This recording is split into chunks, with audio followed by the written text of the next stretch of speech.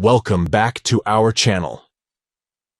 In today's video, we will guide you through the process of deleting your Snapchat account.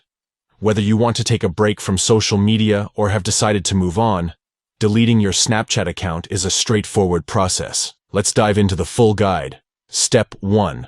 Open the Snapchat app on your device. Ensure that you are logged into your Snapchat account. Step 2. Tap on your profile icon located in the top left corner of the screen. This will take you to your profile page. Step 3. Look for the gear icon, which represents the settings menu. Tap on it to access your account settings. Step 4.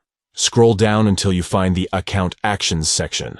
Within this section, select Delete Account. Step 5. By selecting Delete Account, you will be redirected to the Snapchat Accounts portal in your device's web browser. Step 6. In the Accounts portal, you will need to enter your Snapchat username and password once again to verify your identity. Step 7. Once you've entered your credentials, select Continue, located at the bottom of the page. Step 8. Congratulations! Your Snapchat account is now deleted. Thank you for watching our full guide on how to delete your Snapchat account. If you found this video helpful, please give it a thumbs up and consider subscribing to our channel for more informative tutorials and guides.